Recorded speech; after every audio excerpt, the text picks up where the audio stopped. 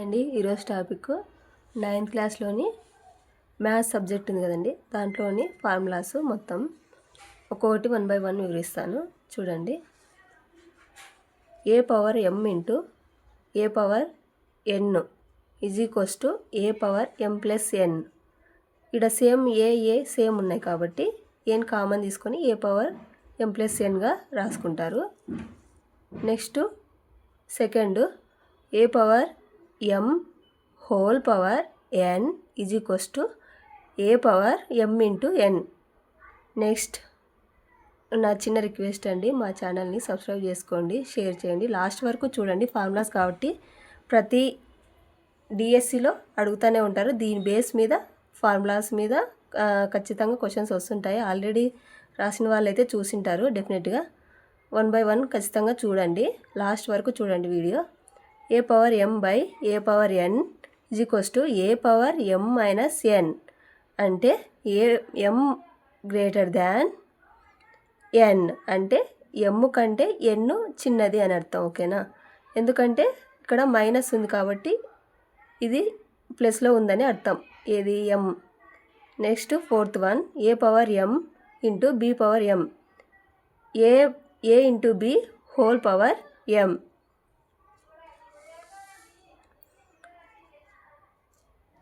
Next n route of a ఎలా రాసుకోవచ్చు? Equal to a power of 1 by n. Next a power of m by n is equal to n route of a whole power m. చూడండి, ఇక్కడ చూడండి, a power m by nని ఈ n అనేది ముందుకు వచ్చేసి root of వచ్చేస్తుంది, దాని లోపల a ఉంటుంది, మళ్ళీ వీటన్నిటికీ హోల్ పవర్ m అవుతుంది. అలా రాసుకోవచ్చు, లేదా n route of a power m ఇలా కూడా రాసుకోవచ్చు. నెక్స్ట్ సెవెంత్ వన్, ఇక్కడ వరకు a పవర్ m ఉంది కదండి, a power into b power m equal to into a into b whole power m వరకు 8th క్లాస్లో ఉన్నాయి మన ఫార్ములాస్. ఇవి ఘాతాంకాల్లోటివి ఖచ్చితంగా వస్తూనే ఉంటాయండి, ఇవి ఖచ్చితంగా చూసుకోండి. Next seventh one, route of a into b. దీన్ని ఎలా రాసుకోవచ్చు? రూట్ a ఇంటూ, ఇక్కడ ఏం లేకపోయినా ఇక్కడ ఇంటూ ఉందని అర్థం అండి, రూట్ b. ఇక్కడ చూడండి, root of a by b equal to root of a by root of b. Root ఆఫ్ని a బై bని root of a by root of b కూడా రాసుకోవచ్చు. Next root of a plus root of b into root of a minus root of b. ఇక్కడ చూడండి, equal to a minus b. Next ఇక్కడ రూట్కి cancel అయిపోతుందండి, 2 times ఉన్నాయి కాబట్టి రూట్కి క్యాన్సిల్ అయిపోయి ఓన్లీ a మైనస్ b మనకి మిగులుతుంది. ఇప్పుడు plus into plus, plus into plus plus అవుతుంది, మైనస్ ఇంటూ ప్లస్ మైనస్ అవుతుంది, మళ్ళీ ప్లస్ ఇంటూ మైనస్ మైనస్ అవుతుంది, మైనస్ ఇంటూ మైనస్ అయితే ప్లస్ అవుతుంది. ఇవి కూడా ఇంపార్టెంట్, ఇవి బేసిక్, ఇవి కానీ గుర్తుపెట్టుకోండి. Next 10th one, a plus b route of b into a minus b route of b equal to a square minus b. Next root of a plus root of b whole square. చూడండి, ఇది a plus b whole square లాగానే ఏమంటే ఇక్కడ route ఉంది, దానికి ఇప్పుడు a square plus b square, ఇప్పుడు a plus b, ఇక్కడ చూడండి, a plus b whole square, దీనికి a square plus b square plus 2ab ఇలా ఉంటుంది కదండి.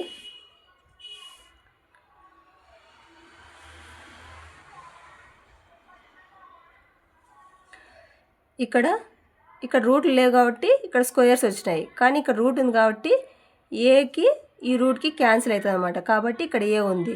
ఇక్కడ బీకి స్క్వేర్కి బీ రూట్కి స్క్వేర్కి క్యాన్సిల్ అవుతుంది కాబట్టి ఓన్లీ బీ వచ్చింది. ఇక్కడ చూడండి, ఇక్కడ స్క్వేర్స్ లేవు కాబట్టి 2 బయటకు వచ్చేసింది. 2 ఇంటూ 2 కదండి, ఆ 2 పక్కనే ఉంటుంది. Root of a into b. ఓకేనా. నెక్స్ట్ బహుపదుల నుంచి ఇదే చూడండి, a plus b whole square ఫార్ములానే. ఎక్స్ ఏమంటే ఏ ప్లస్ బి బదులు ఎక్స్ ప్లస్ వై ఇచ్చినారు. X plus y whole square x square plus y square plus 2xy. Next 13(1) x minus y whole square is equals to x square plus y square minus 2xy. Next 14th(1) x square minus y square is equal to X plus y into x minus y. Next x plus a into x plus b. దీన్ని ఎలా రాసుకోవచ్చు? X square plus a plus b into x plus a b. ఈ formulas అండి నేర్చుకోవాల్సిందే. X plus y plus z whole square. ఇంతకుముందు a plus b whole square x plus y whole square రాసుకుని నేర్చుకున్నాం కదా, అలాగే ఇంకొక నెంబర్ ఎక్స్ట్రా అనమాట. X plus y plus z whole square x square is equal to x square plus y square plus z square plus 2xy plus 2yz plus 2xz. ఇది ఈజీగా పెట్టుకోవచ్చు చూడండి. X square plus y square z square రాసుకుంటారు, మళ్ళీ 2 మళ్ళీ add చేసుకుంటారు, దానికి add చేసుకుంటారు. ఫస్ట్ xy వచ్చినాయి, xy రాసుకుంటారు, మళ్ళీ yz 2 అలాగే పెట్టుకుంటారు. మళ్ళీ నెక్స్ట్ yz చూడండి, yz వచ్చింది. మళ్ళీ తర్వాత మళ్ళీ 2 అలాగే పెట్టుకుంటారు. zx అంటే 1 by 1 రిపీట్ అయినాయి, అలా గుర్తుపెట్టుకోండి. Next x plus y whole cubed is equals to x cubed plus y cubed plus 3xy into x plus y. Next x minus y cubed x cubed minus y cubed minus 3xy minus xy. చూడండి ఇక్కడ x plus y whole క్యూబ్డ్కి x minus y whole క్యూబ్డ్కి కొంచెం same ఉంది. X cubed plus ఉంది, ఇక్కడ x cubed minus y cube plus y cube ఉంటే ఇక్కడ మైనస్ వై క్యూబ్ ఉంది. ఇక్కడ ప్లస్ 3xy ఇక్కడ ప్లస్ 3xy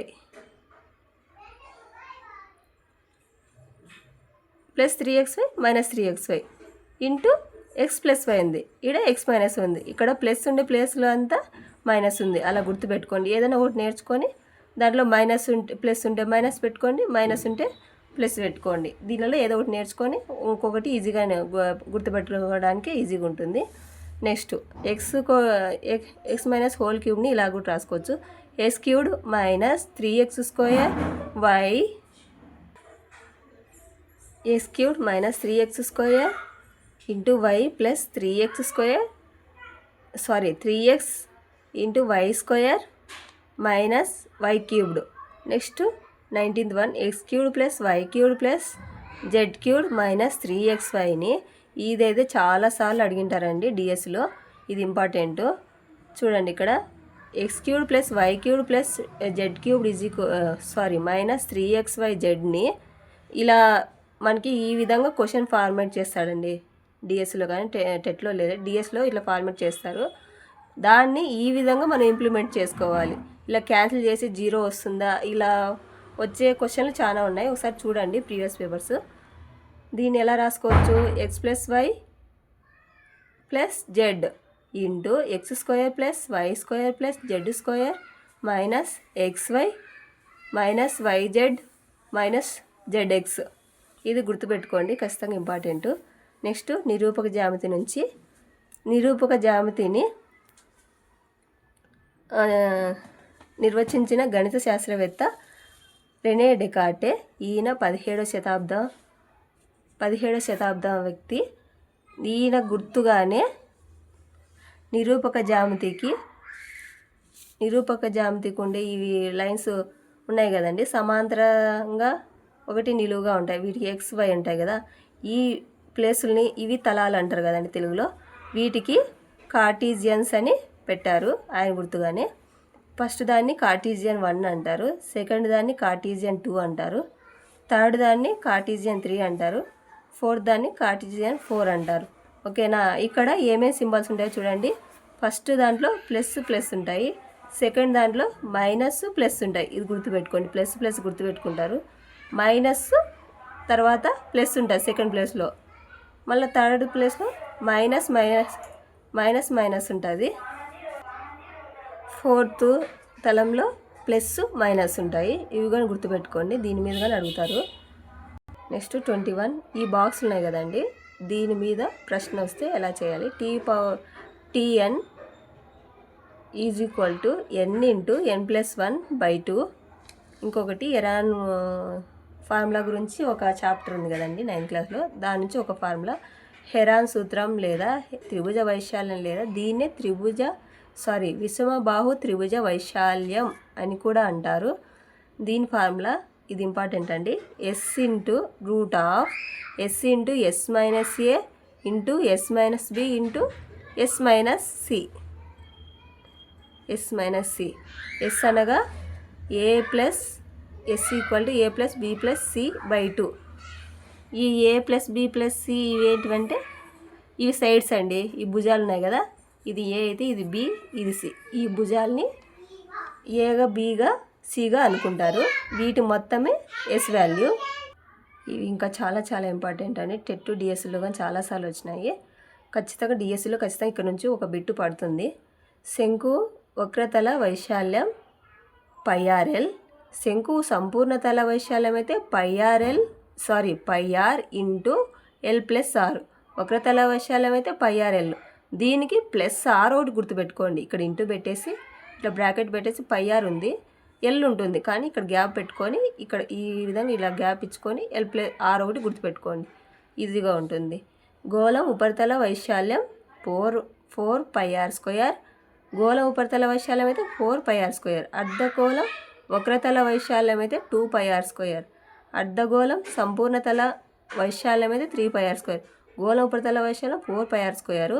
ఇక్కడ చూడండి 4 3 2 లేకుంటే 2 3 1 ఇలా గుర్తుపెట్టుకోండి. అర్ధగోళ వక్రతల వైశాల్యం 2πr² చిన్నది, మళ్ళీ అర్ధగోళ సంపూర్ణతల వైశాల్యం 3πr², మళ్ళీ గోళం ఉపరితల వైశాల్యం 4πr².